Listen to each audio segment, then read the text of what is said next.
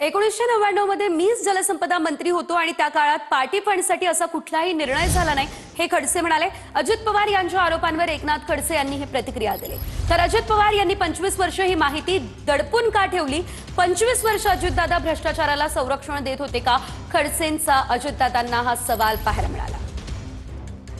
दादांना 25 वर्षानंतर आता याची आठवण झाली, पण माझ्या माहितीप्रमाणे 1999 ला मीच जलसंपदा मंत्री होतो।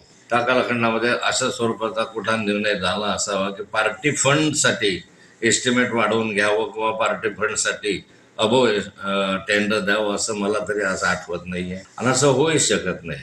25 वर्ष अजितदादांनी ही माहिती का दडवली? 25 वर्ष तुम्ही भ्रष्टाचाराला संरक्षण दिलं, मग आता तरी माझी विनंती अशी आहे की जनतेच्या माहितीसाठी आपण तुमच्याकडे असलेली फाईल वगैरे आहे ते खुली करावी आणि त्याच्यामधले सत्यता तपासून। प्रलंबित स्थानिक स्वराज्य संस्थांच्या निवडणुकांचा फैसला 23 फेब्रुवारीपर्यंत लांबणीवर पडण्याची शक्यता आहे। 50% आरक्षण मर्यादा ओलांडल्यानं काही ठिकाणी निवडणुका प्रलंबित आहेत।